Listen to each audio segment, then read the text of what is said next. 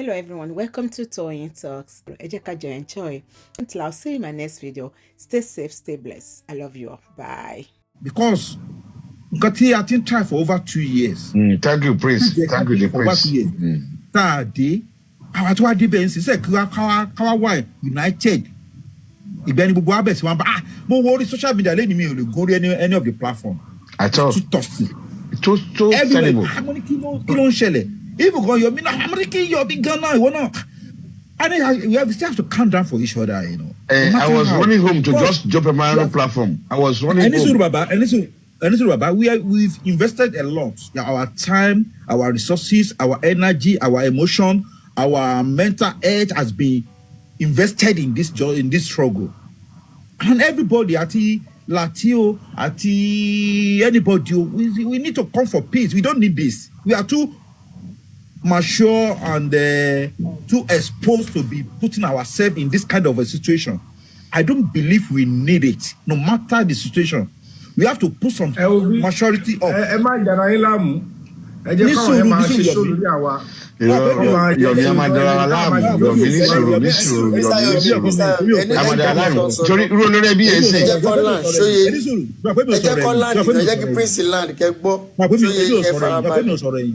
So, more is to have him be more deeply gun.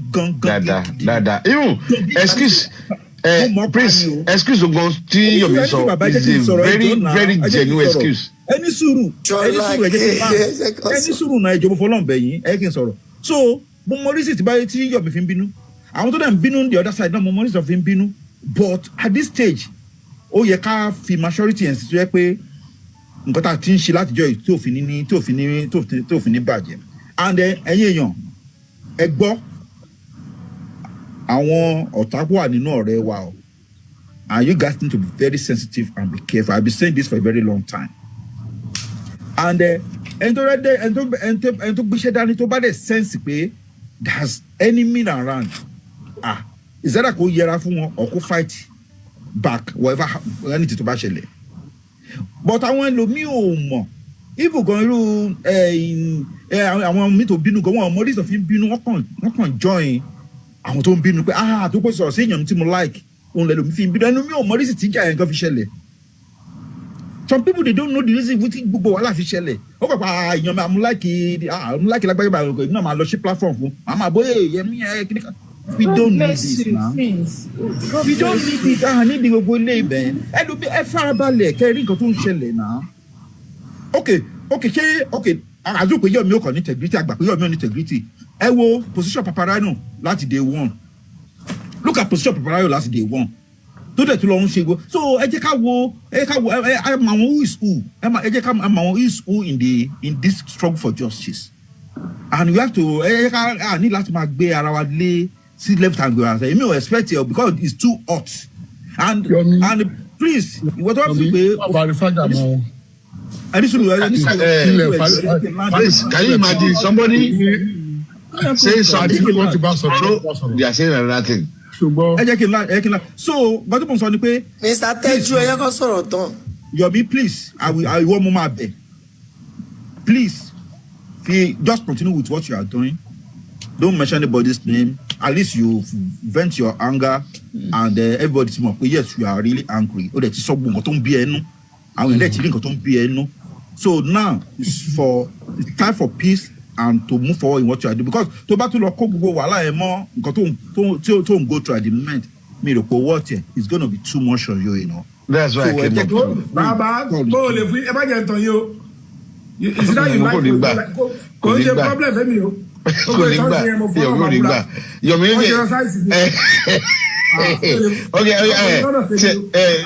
let's hear Wunmi update. Let's hear the update.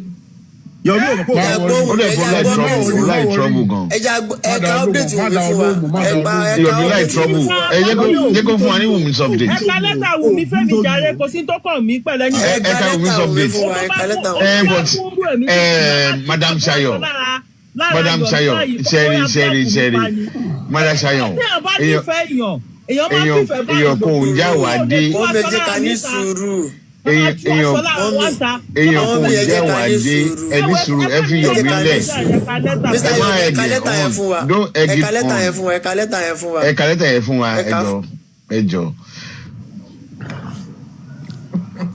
Ó pa mílíọ̀nù ìgbà tí mo press statement by Wunmi Aloba, widow of the late artist Aloba Mohbad. It has become necessary to address the sustained harassment, intimidation, and reckless misinformation and campaign of calumny being waged against me by one Yomi Fabiyi, a self-acclaimed filmmaker and unsolicited activist.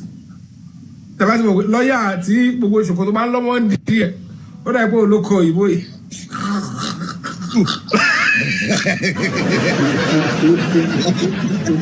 So èmi ti sọ pé Mr. Yomi ni nightmare fún gẹ̀yẹn wàláì wọ́n fi gan lakalaka. Ẹ wo mo náà ń jó náà ó rò pé nígbà kan òdòdó ẹ̀ ni ìwé kọta òdòdó ẹ̀. Mo gbọ́ máa ká lọ. 100 tó ń sáré lakalaka kiri. Unsolicited activists whose obsession with my name and family has become both disturbing and dangerous. This is because all his allegations have been neutralized by the verdict of a court of competent jurisdiction, which cleared me of having hands in the death of my husband. Therefore,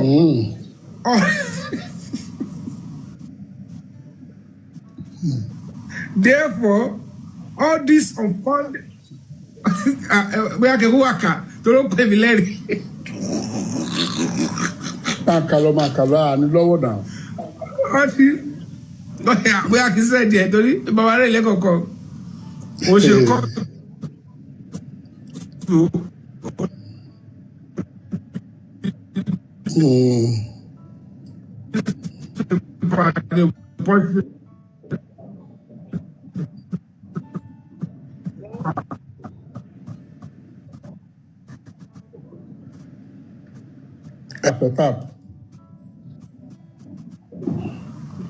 Punch newspaper. Public statement. Therefore, all these confounded allegations Mama.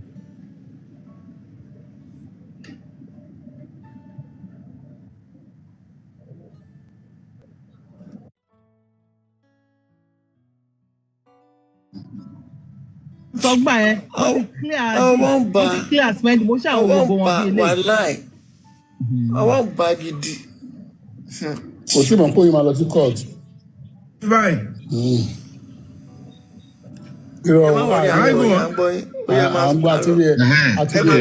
Network ni ó ti wà okay. Okay. Network ni. He said, she continued, said, therefore only which cleared me of having hands in the death of my husband. Therefore, all these unfounded allegations are not only baseless, but contempt of court. The record before the court based on the evidence of two eminently qualified pathologists showed that my husband had no broken neck, nor any injury at all, apart from a small laceration around his neck. So pathology ojú tiwa tójú wa rí nu pósí pathology ojú wo correct ya. Laceration ní neck ẹ kí ló fa títí neck tó dárúkọ yẹn kí ló fa àtúntì ní point mi another point. Unfortunately, for some time now, this Fabiyi has displayed a pattern of behavior that can best be described as deliberate falsehood and self-serving, using my tragedy and my husband's death as tool of cheap publicity and personal relevance. Ó ti yọ̀rọ̀ owó kúrò báyìí. Òun náà sọ̀rọ̀ owó mọ́ orí kódà ìpín kiri ò ta. Orí kódà ìpín mi ò gbọ́ náà. Pápá bẹ́ẹ̀ personal relevance. His so-called activism has long crossed into the realm of cyberbullying, defamation, and criminal harassment. The point is, wọ́n try láti lo court, wọ́n gba kangaroo whatever, mo lọ fight here. Wọ́n tún ní káwọn lo newspaper. Punch náà àgbélégbọ́, àmàbára kò lọ́la. Oyeyin. He has publicly boasted that he will show the world that I know that something fishy about my husband's death without any verifiable evidence to show the police and the security intelligence agency in this regard. Yet, that he will ensure I am arrested and prosecuted. Statements that are highly irresponsible. Seven Canada, seven years in Moyenka, making to be. Onyiwa. Again, let's be. Again, go back. Vaccination, you on do mommy ninu, confirmation tí mo tún ṣẹ̀ṣẹ̀ gbọ́ lálẹ́ yìí. Mr. Yomi, ẹ ń ṣiṣẹ́ wàláì Ọlọ́run. So again, I want to go back. Again, let me go back a bit.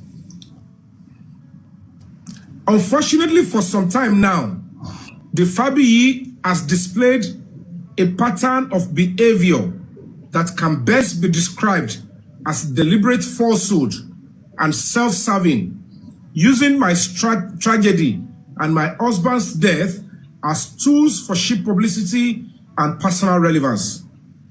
His so-called activism has long crossed into the realm of cyberbullying, defamation, and criminal harassment.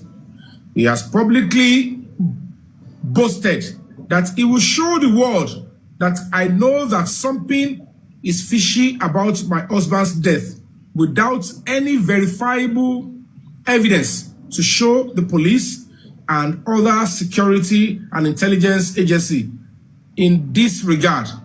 Yet, that he will ensure I am arrested and prosecuted. Statements that are highly irresponsible and raise ethical red flags about the nature of his involvement. His words and actions suggest a desperate bid to insert himself into law enforcement matter far beyond his authority, if he has any at all, and all the while trying to paint himself as a fighter for justice. Okay, show me that. Even more appalling are his recent comments indicating that he is attempting to track my home address and my child's school.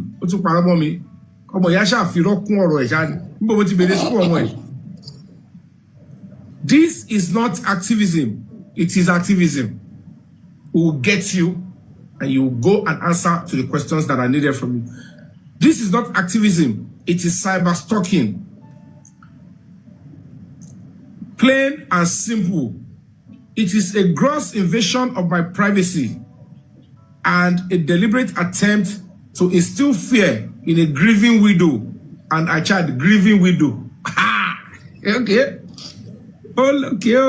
Let me make this clear. I have no connection, direct or indirect, to my husband's death. The coroner inquest, conducted openly and fairly, found nothing linking me to it. I have cooperated fully with every lawful inquiry and continue to stand for truth and justice. They invited you to Zone 2 Oyoju. Now you are needed in Abuja Oyoju. You have not cooperated fully. Yes, man, say hello. Can for you me cooperation to the fullest, Wunmi. It's a complaint that we have put up there, and you are infringing my fundamental rights of not making yourself available for questioning.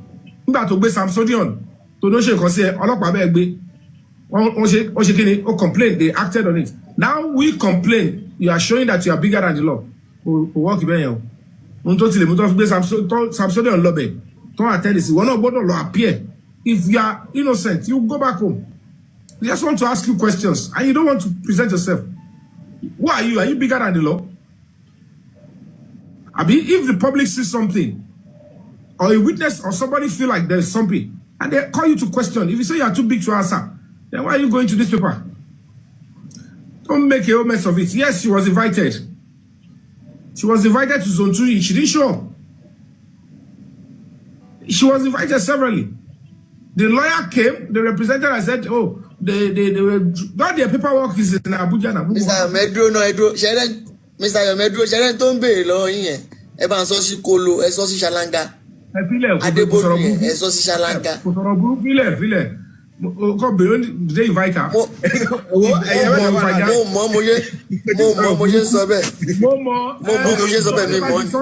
àwọn tí mo mí ni. Àní tó bá ti hobo kò ná mi lẹ́nìtì. Okay. Espana ti parí ọ̀rọ̀. So, wọ́n ti fẹ́ sí fún. Ẹ ó dọ̀ ní ẹ̀sán kìkì ní bọ̀dọ̀. God bless you. God bless you, Espanda. Ṣé mo pé ìwọ́n ti ẹ̀ kò ṣe lọ kò ti já lọ sí ẹ̀ wá ní àwọn tí Yomi ló máa jẹ́ kọ́ blọ́ọ̀kì. Yes, ó dà bẹ́ẹ̀. So, ṣé ẹ ṣì ń gbọ́ lọ? Ṣé mo ṣì wà ń bẹ̀? Yes. Máa ń gbọ́ lọ. Ẹni ṣónlẹ̀. Okay. Go ahead. À ń gbọ́ burúkú. Tó lè kí èyí jẹ́mi mi ṣayọ̀. À ń gbọ́. Àwọn ṣọlẹ̀ kí ẹgbọ́n kan tí mo sọ mi ṣeré o. Ṣọlá kí ẹ máa gbọ́ o. So, let's make it clear. I have no connection, direct or indirect, to my husband's death. The coroner's inquest, conducted openly and fairly, found nothing linking me to it. I have cooperated fully with every lawful inquiry and continue to stand for truth and justice. Yet, this Fabiyi fellow has persisted in his campaign of harassment and emotional blackmail, exploiting my family's pain for online clout. Imagine. His reported interference in the questionable arrest and transfer of one of Mohbad's friend, associate Damola from Emagbo, only his reported interference in the questionable arrest and transfer of one of Mohbad's associates. Imagine, ẹni tó sọ pé ó dúró pé òun lòun kọ̀ọ̀kan pé òun ló ti ọkọ ẹ̀ ó tún ní his arrest is questionable. Nítorí pé yóò sọ̀rọ̀ ó fẹ́ fi style show solidarity fún yẹn bóyá kí ẹ má lọ fọ́ lẹ́pọ̀n ẹ máa ń gbọ́ game up ẹni ló ń kó bẹ̀. Yet this Fabiyi fellow has persisted in his campaign of lies, harassment, emotional blackmail, exploiting my family's pain for online clout. His reported interference in the questionable arrest and transfer of one of Mohbad's friend, I associate Damola from Lagos to Abuja, despite the fact that the matter is already before a competent court in Lagos. Further exposes the whole process to ignominy. While I am not defending Damola's conduct, no individual, no matter how he vaingloriously rated himself, has the right to hijack due process or manipulate law enforcement for personal aggrandizement. This Fabiyi also claims to have the backing of the presidency to reopen an already concluded investigation of the Nigerian police force. In the light of a new lead, any criminal matter can be reopened. But this one is the most laughable aspect.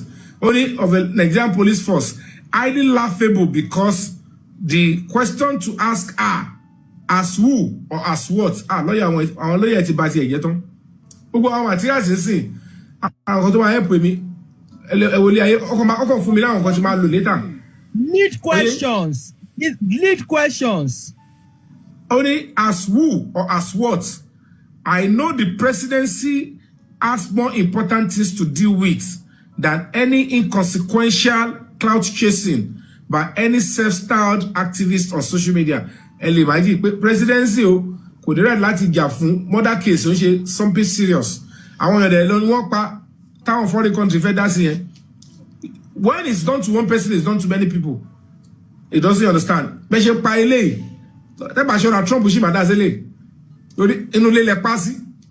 Ẹ̀dẹ̀ láti ọmọ àmúwo lè jẹ lọ ẹ̀ ń tọ́ra yín. For the record, the nurse indicted by the coroner's finding and the associates who procured a service have already been arraigned by the authorities. Kò dárúkọ associates here. The associates. We know. Wọ́n yọ orúkọ spending kúrò ya package yẹ. Wọ́n ẹ̀sùn lọ dárúkọ mi sínú pépà. Kí ẹ lọ fàájá.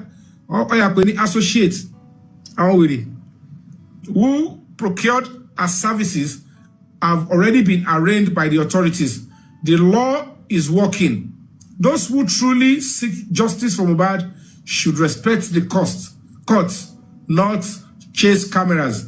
I therefore call on the Nigerian Police Force, the National Cyber Crime Center, and the Federal Ministry of Women Affairs to urgently take note of this pattern of cyber stalking, intimidation, and abuse of privilege by this Fabiyi of a person, my son, and I deserve peace and not persecution.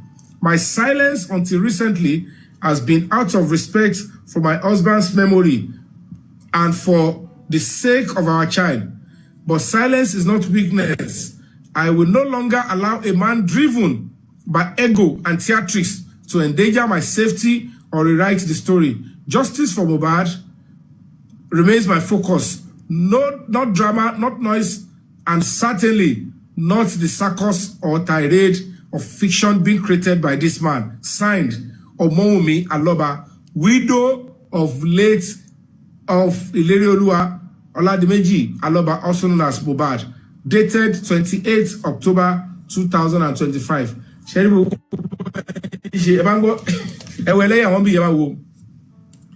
Only calling on the Cybercrime Unit, the Federal Ministry of Women Affairs to urgent federal law. State Women Affairs.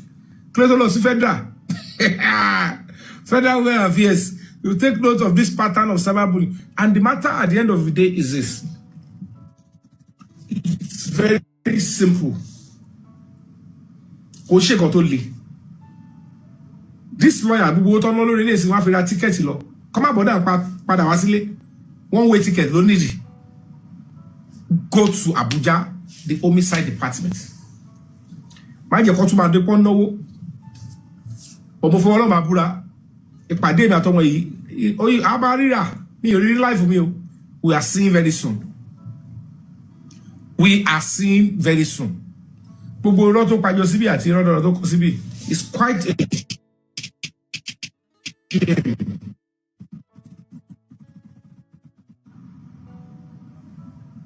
ó tún sọ pé wọ́n ẹwọ ẹjẹ fún yín láì gẹ sọ̀rọ̀ mi ìfẹ́ sọ̀rọ̀ nú mi ẹyẹ sọ̀rọ̀ lọ ká fún yín.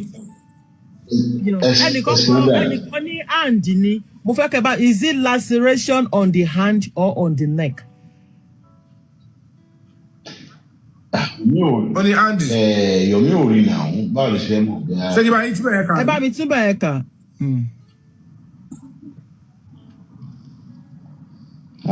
My God. Ibi bẹ̀rẹ̀ yẹn ló wà.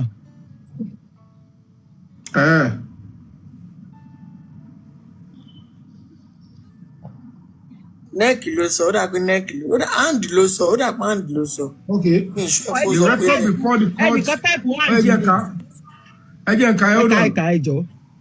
The record before the court based on the evidence of two eminently qualified pathologists showed that my husband had no broken neck nor any injury at all apart from a small laceration around the elbow.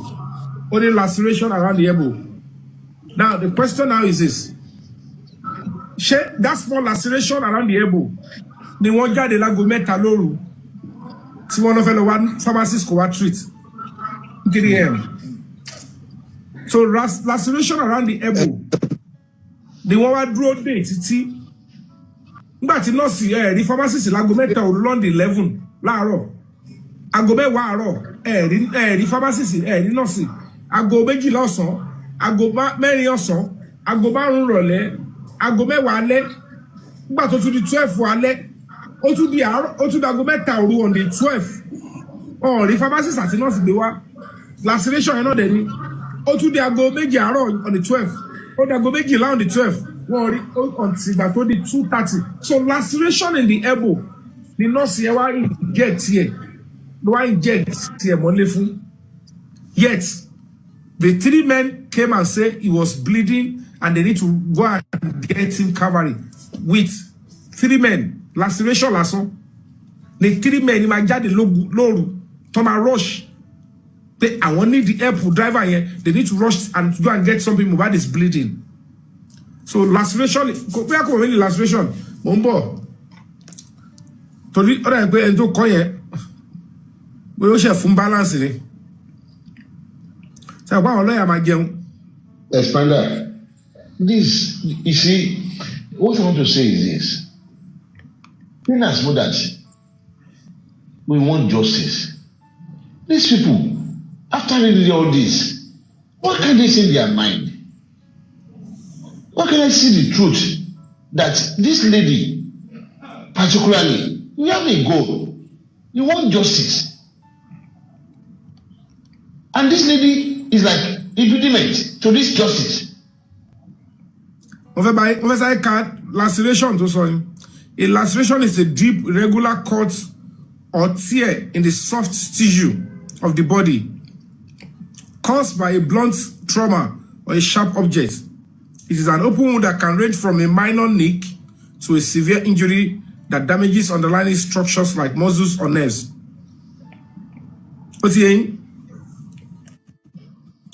Now, only small laceration, kinkini, maybe area elbow. Ẹjọ́, irú nǹkan wo ló fẹ́ ṣẹlẹ̀? Laceration wo ló fẹ́ ṣẹlẹ̀? See, oh my God, they need ago mẹ́ta òru. The question, see, oh my God, you sit down. So proper detectives. Do you know what? Yomi, do you know what? Gato ṣẹlẹ̀ ni pé it depends on how deep the wound is. But according to her, only wound yẹn deep ní gbogbo interview tó ṣe. So then number 2, ṣé gbogbo ilé tó ń kọ repetition ni. Ó ti sọ, ó ti sọ lórí TV, ó ti sọ, it's just a repetition of ó kàn sọ ilé láti cover ara ẹ̀ ni. So go make different, go make any difference síbo nǹkan tó ti sọ látẹ̀yìn. Prince even to make any difference. Ó don't support any investigation. Ṣé ń gbọ́dọ̀ mi? And at the end of the day, ó gbọ́ pé wọ́n ti mú Dàmọ́lá. As at the time tó kọ ilé, kò túbọ̀ kọ́ wa mú spending o. Tẹ́gẹ̀sì ni. Kò túbọ̀ kọ́ wa mú spending báyìí, kò kọ́ wa other guys tó kù tó wà ń bẹ̀ báyìí o. Now, the core of the matter is, ebi tí ẹ̀kọ́ ni máa sọ̀rọ̀ jù lọ because mi ò lè sọ lórí kiri báyìí. There's a limit that you can go. The only thing if you need to respond to the letter, you can respond to the letter. To Bavi go, kò ní mini. To kálẹ̀ mi ní mi ò rí kankan gbọ́ letter yẹn tó kọ ni pé kó lọ answer question, kó lọ answer fún invitation kan fún. Yomi nìkan lórí ó lọ kọ statement ẹ̀ l'Abuja náà. Tí o bá ní kankan, wọ́n máa fi sílẹ̀ máa padà lọ sí I don't know why tó ń fi ń sá. It's a punch letter. But ìkọ́tẹ́ mi sọ ni pé Expander, at least you are a good talker. What I'm saying is that can we just appeal to these people so that they can talk. Forget about the person of Yomi. Sholake, let me just say this. You see, No, I think you got what I'm trying to say. Yeah, I've got that. Let me just say this. You see, I think we should be awake from our slumbers because it has been happening, and they've been using same method all this while. You know, anything to Wamba Feshi will be thrown out. Our public tafeta and what in Koyi. Our lama solve problem here for one. Lama for one thing for to fit defend around. And they will go back to use it at the end of the day. Okay? They thrown out this because someone put on Abuja, and they know we will discuss it and some problem will be solved. Nígbà tó mọ̀ pé báyìí àwa ti sọ gbogbo ibi tá ti lè dé mọ́lẹ̀ àwọn wa lọ wá báwọn náà wọ́n ṣe lè tú. Let's leave them. Gbogbo ohun tó kọ àti. Ọ̀dẹ̀ tẹ̀ ní ó lè máa fi decision court tó sì ti kó bí as a competent court. Gbogbo alamọ̀ pé rọ́ọ̀ni gbogbo yẹn so ṣẹ́rí gbogbo kíní yìí deliberately don throw it out. Wọ́n fẹ́ ká solve ẹ̀ fún wọn so that they will know how to go about it. And that is what we've been doing. Tipẹ́. Anything I'm at sáré discuss ẹ̀ I'm at iron it out. Wọ́n ti máa ní way out. So let's leave them. Let's be yes Atika Atigbo Kama discuss ẹ̀. Let's be focused and do some other things. I know kò láti máa wá way out. Ọmọ tí dàwọ̀ láti sọ ọmọ anything. Wọn mọ kí ló ti ṣẹlẹ̀ so wọ́n wò pé okay at least tán bá gbé jáde àwọn kọ̀ọ̀kan bóyá tán ní privilege wọ́n á sọ̀rọ̀ síta tán bá sọ̀rọ̀ síta then we will be able to maneuver. So that's what me I see. So let's just kakàn fọ̀rọ̀ wọn ṣe eré bá ṣe tí ká yìí. That's what you are saying. I understand. Bí ẹni pé okay o ẹ jẹ́ ká fi láti fi lè ní idea kí ló wà nílẹ̀ so that kan fi mọ̀ ṣé kán lọ ní àbí kán má lọ sọ́n ti jẹ́wọ́ ni ṣé wọn ò jẹ́wọ́ ṣé John dì síbẹ̀ ṣé wọn ò dì síbẹ̀. Ìyẹn náà láriwo tó ń pa ní tó ní kí lórúkọ ẹ̀ ti ń jẹ́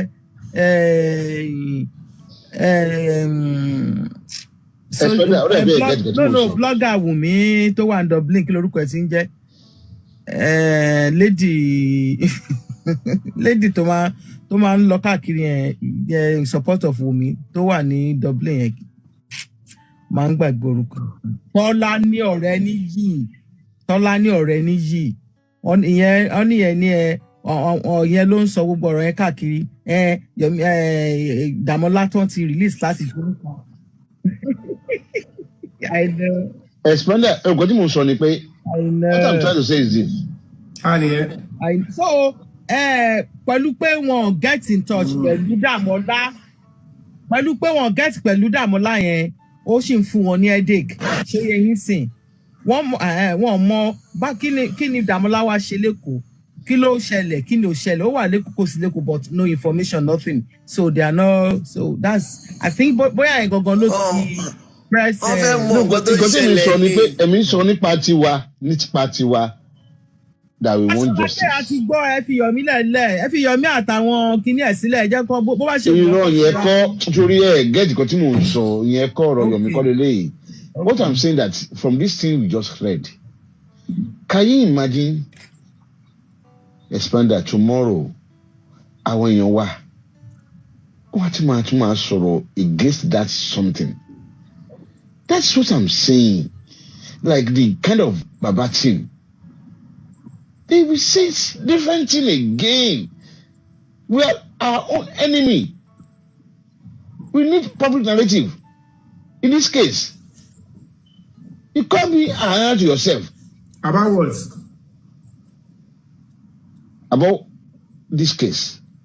Like what we just read now. Between me and you. And even them. They know that, yay, this is a very good idea. This thing has happened. How can they rally land and say, okay, Yomi is reading it. Forget Yomi.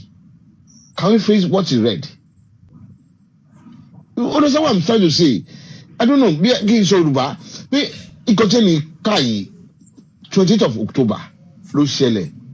That is less than a week ago.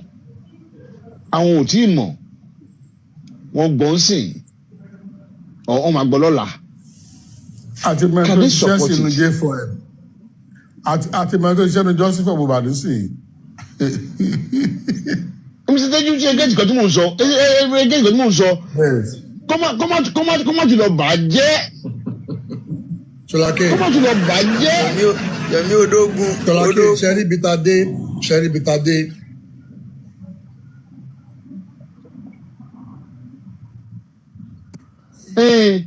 Yomi. Wow. Hello? Because kò tí ì yé mi. Because ṣe pé àwọn gọ́ọ̀mẹ̀ntì sì tí gbogbo ọba ìsí sọ̀rọ̀ at the same way.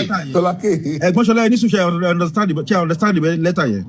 Mo understand yẹ dáadáa. Olóbùn kan. Punch. Ẹni kan wà ní Punch ẹni wọ́n bá nǹkan jẹ́ kí náà bàjẹ́ bẹ́ẹ̀.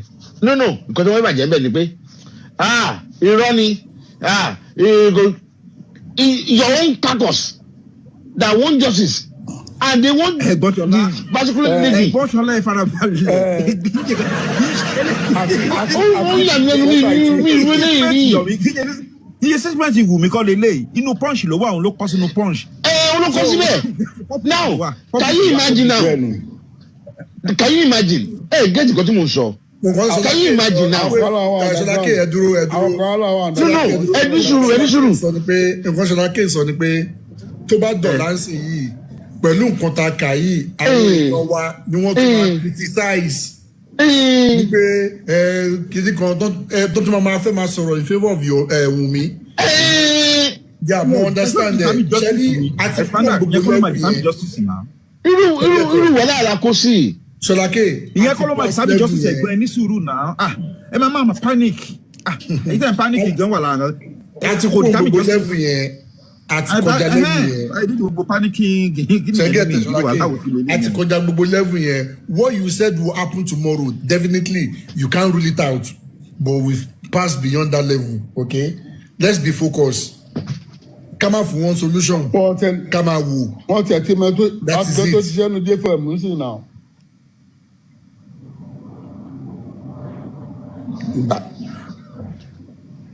Wọ́n ti fún ní problem tó yẹ nígbà yẹn. Ó sad.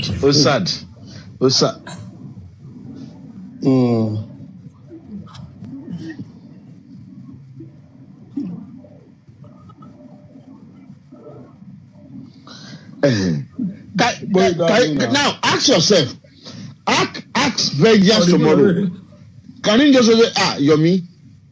Can you just say, come, this is what I said with.